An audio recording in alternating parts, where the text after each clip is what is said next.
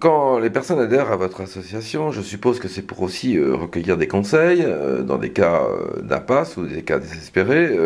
Quels sont les premiers conseils que vous dispensez?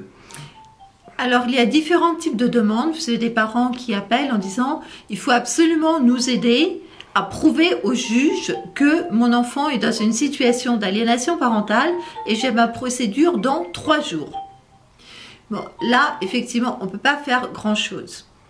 D'abord parce que les gens vous appellent, on ne connaît pas leur dossier, on ne peut pas donner de conseils juridiques. On peut faire une assistance, on peut les orienter à consulter tel ou tel dossier, par exemple sur l'autorité parentale. Souvent, les gens ignorent totalement la loi du 4 mars 2002, donc ignorent quels sont les droits et les devoirs des parents lors des séparations vis-à-vis de leurs enfants. On peut leur expliquer des procédures. On peut leur expliquer en quoi consiste une mesure éducative, pourquoi est-il important de saisir un juge pour enfants quand son propre fils ou sa fille est dans une situation de rejet, de rupture, surtout s'il y a eu des fugues ou des tentatives de suicide chez le jeune. On peut leur expliquer quelles sont les compétences d'un JAF par rapport à un juge pour enfants, pourquoi est-ce qu'il faut porter plainte. Donc la notion de conseil est très très délicate. On les oriente toujours vers la médiation familiale. C'est la première question que je leur pose. Est-ce que vous avez essayé de proposer une médiation familiale?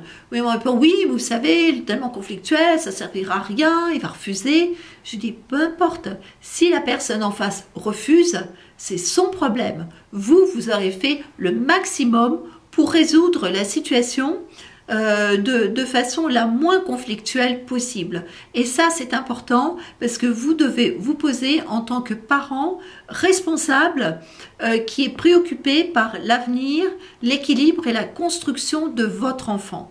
Alors, ce que fait la partie adverse, finalement, ça lui appartient. Vous, votre parentalité, elle vous appartient à vous.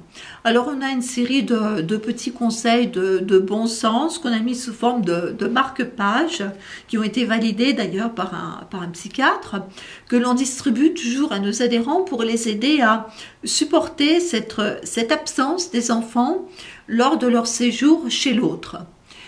Et puis, essayer de leur faire comprendre que leur difficulté, la difficulté, la souffrance dans laquelle ils sont, déjà il faut reconnaître cette souffrance, cette difficulté n'est pas toujours entièrement liée au divorce et à la séparation, qu'on a aussi une histoire familiale qui peut être difficile, qui peut être lourde à porter et qui peut révéler des traumas justement à des moments de rupture le long de la vie. Olga, donc présidente d'une association, ça prend beaucoup de temps, vous y passez un temps complet? Pratiquement, c'est l'engagement de toute une vie. Donc, j'assume pendant des années,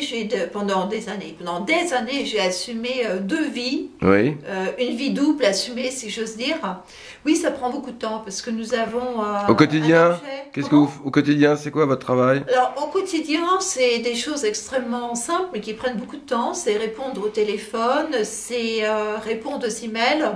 Nous avons des contacts avec les parents, bien entendu, donc on répond au courrier, on donne des orientations, on écoute les gens, on les écoute, on les soutient au téléphone.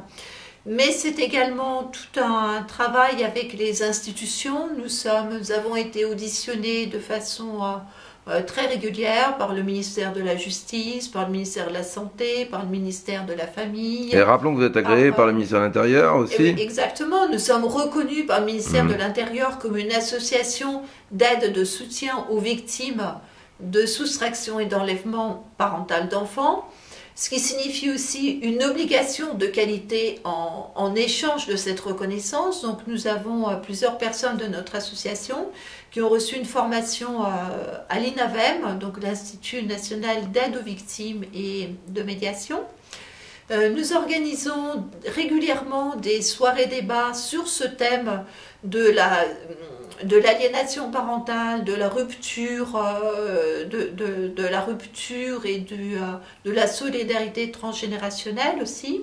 Nous organisons des colloques, des plus importants qui peuvent regrouper entre 150 voire 300 personnes, des professionnels, sur la place de l'enfant, la protection de l'enfant lors des séparations parentales conflictuelles.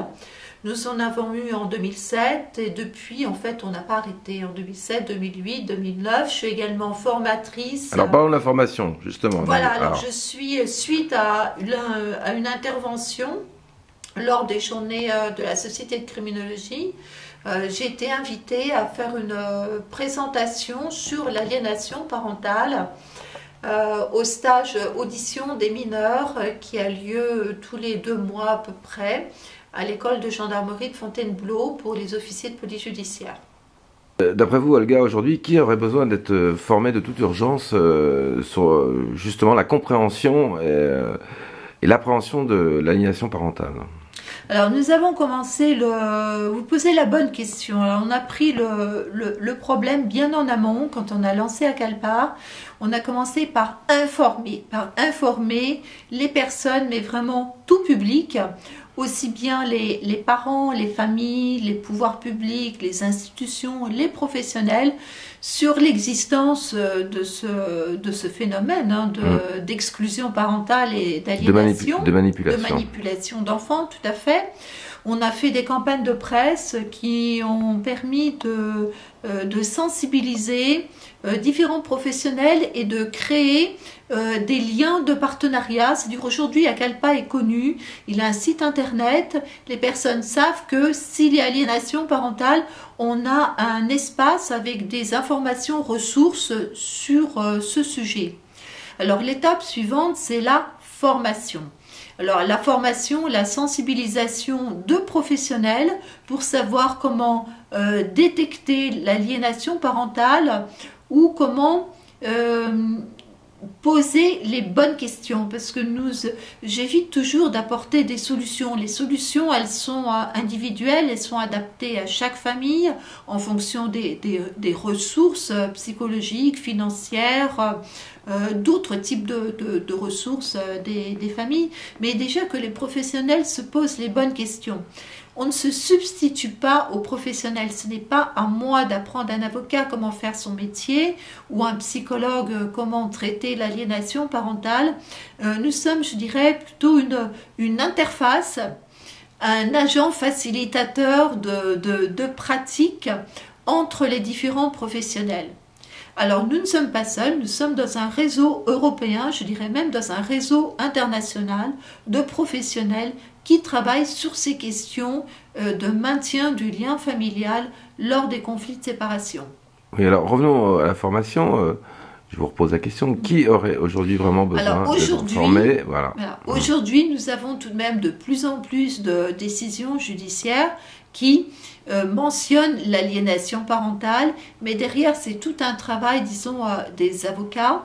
Et le grand public cible aujourd'hui, la demande qui va émerger, elle vient d'une part du barreau, parce que les avocats aussi ont une obligation de formation permanente tout au long de leur carrière, et également de travailleurs sociaux qui connaissent parfaitement ce genre de situation, qui nous téléphonent en disant voilà, comment est-ce qu'on peut faire, comment est-ce qu'on peut traiter ces situations et surtout sous quelle forme on peut écrire nos rapports pour qu'ils soient entendus et entendables par les autres professions. Donc c'est plus un problème bien sûr de formation, mais également de formation au partenariat, c'est-à-dire comment détecter, comment reconnaître et comment travailler cette question ensemble. Vous avez une expérience de formation actuellement avec des gendarmes. Qu'est-ce que vous apprenez aux gendarmes? Alors, qu'est-ce que j'apprends aux gendarmes? Déjà, à se poser la question, voilà, je reçois un enfant en audition de mineur. Cet enfant refuse de voir un de ses parents, soit son père ou sa mère. Quelles seraient les raisons pour lesquelles cet enfant exprime ce refus? Parce qu'on parle beaucoup d'aliénation parentale, mais l'aliénation parentale, ce n'est pas un délit, ce n'est pas quelque chose, c'est pas un délit qualifiable.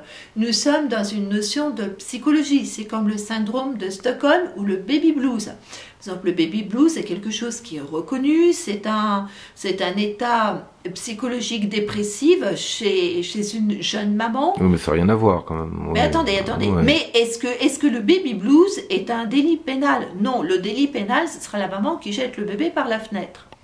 Donc, le syndrome d'aliénation parentale pour un gendarme, ce n'est pas un délit qualifiable. Il sera là, il va entendre un enfant qui, à la suite d'une plainte pour non-présentation d'enfant.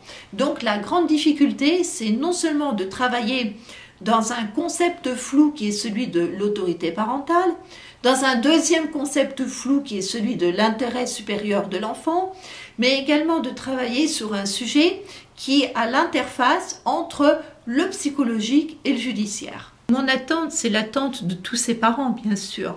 C'est l'attente déjà par rapport au pouvoir public, que les non-présentations d'enfants soient sanctionnées à leur juste valeur, que la position du magistrat soit extrêmement claire, que la loi soit appliquée. C'est très simple, on demande juste l'application de la loi et de la loi du 4 mars 2002 sur l'autorité parentale et du code pénal. C'est tout, rien d'autre. Qu'il y ait davantage de moyens aussi. Alors pourquoi cette loi n'est pas appliquée? Rappelons-le, pourquoi cette loi n'est pas appliquée? Pourquoi elle n'est pas appliquée? Parce qu'elle ne... C'est la faute des magistrats? Non, c'est la faute des moyens.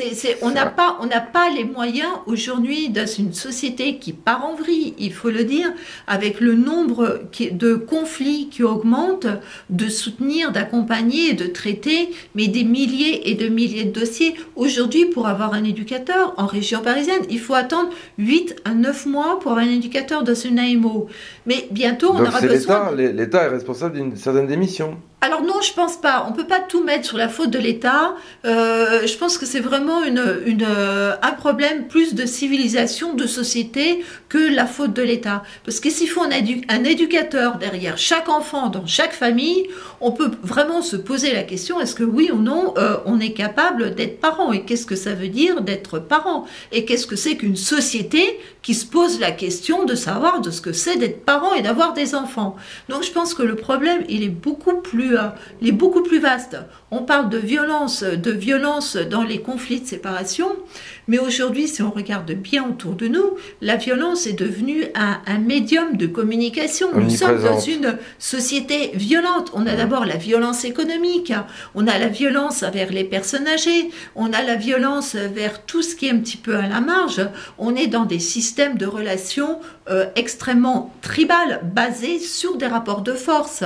Alors, on s'est attaché à cet épiphénomène d'aliénation parentale et en fait on a ouvert la boîte de Pandore sur les problèmes que traverse notre société et on va être obligé de les résoudre. Qu'est-ce qu'on va laisser demain comme monde à nos enfants qui auront des familles recomposées, décomposées, 6 ou 7 grands-parents à charge et quelles seront les solidarités transgénérationnelles demain avec tous ces conflits, ces éclatements familiaux. Pensez-vous qu'il y aurait besoin de revenir à une structure familiale plus traditionnelle et plus classique? Non, pas du tout. Je ne pense pas que des retours en arrière soient possibles.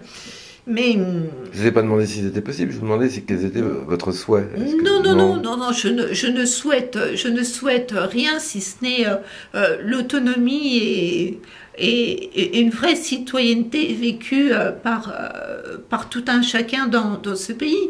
On oublie aussi que nous sommes, vous me demandez pourquoi je me suis engagée, mais c'est tout à fait normal, nous sommes chacun d'entre nous acteurs de justice, acteurs de sécurité, acteurs de santé et acteurs de l'environnement. Et nous sommes aujourd'hui à une situation où plus on parle de citoyenneté, moins on agit et moins on est acteur dans ces domaines qui nous concernent tous.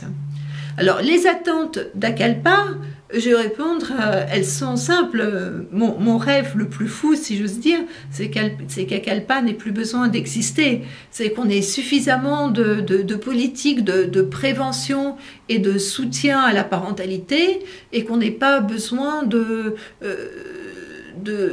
d'avoir des structures associatives qui soient dans les soins palliatifs aux familles éclatées.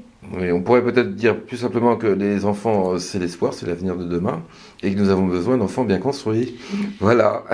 Oui, les enfants, c'est l'espoir et l'avenir de demain, mais il faut être, je pense, bien conscient que nos enfants aujourd'hui sont désespérés. Merci Olga, à bientôt. Peut-être. Merci à vous.